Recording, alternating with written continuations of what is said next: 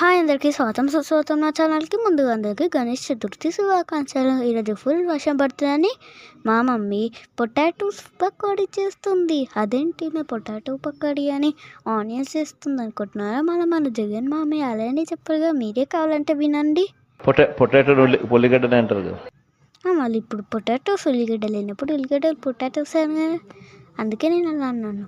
Indian moms be like, మీ mummy కూడా ఇలానే డిష్ తీస్తుంది. ఏదైనా డిష్ చేసేటప్పుడు మా మమ్మీ అయితే కంపల్సరీ చేస్తుంది.